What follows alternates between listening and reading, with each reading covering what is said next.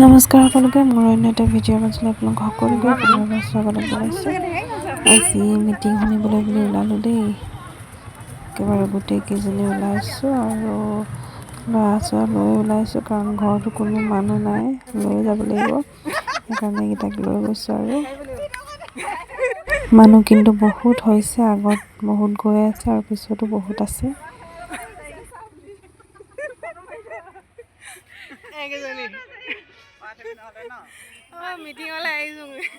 কি কৰিব আৰু, ইলেকশ্যনৰ দিন মিটিঙেই শুনিব লাগিব আৰু এডোখন মানে অকণমান দূৰত ৰখাই এডোখৰ আমি এতিয়া খোজকাঢ়ি আহি আছোঁ আৰু ভিডিঅ'টো আপোনালোকে সম্পূৰ্ণকৈ চাব বুলি আশা কৰিলোঁ। আমাৰ ওচৰলৈ আহিলে এইখিনি ক্ষেত্ৰত সহায় পাব। লগতে আমাৰ যুৱকসকলক আপোনালোকে জানে যে এইখন চৰকাৰে 1.5 লাখৰো অধিক চাকৰি ইতিমধ্যে মেধাবৃত্তি দিবলৈ সক্ষম হৈছে। লগতে আমি যদি চাওঁ যে আমাৰ বহু লাখ এতিয়াও যুৱক যুৱতীয়ে হয়তো চাকৰি পাবলৈ সক্ষম হোৱা নাই বা সম্ভৱো নহয়। সেইকাৰণে আমি CM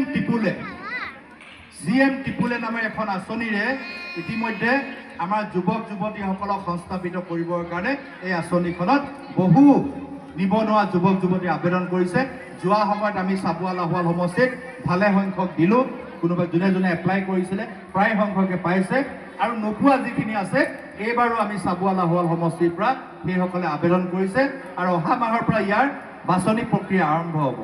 এই বাছনি প্ৰক্ৰিয়াত নিশ্চয় আপোনালোকৰ মাজৰে আপোনালোকৰ সন্তানসকলেও CM টিপুলৰ যোগেদি 2 লাখ টকা পাবলৈ সক্ষম হ'ব।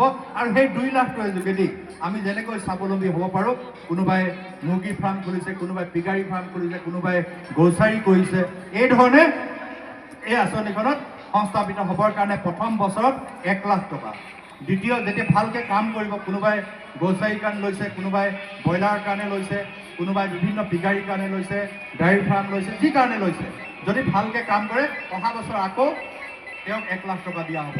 তাৰ কাৰণে এজন ফেলো নিযুক্তি কৰা হৈছে, যাতে প্ৰতিটো বিধানসভা সমষ্টিত সেইসকল যুৱক যুৱতীয়ে কাম কৰিছে নাই সেইখিনি নিৰীক্ষণ কৰিবৰ কাৰণে।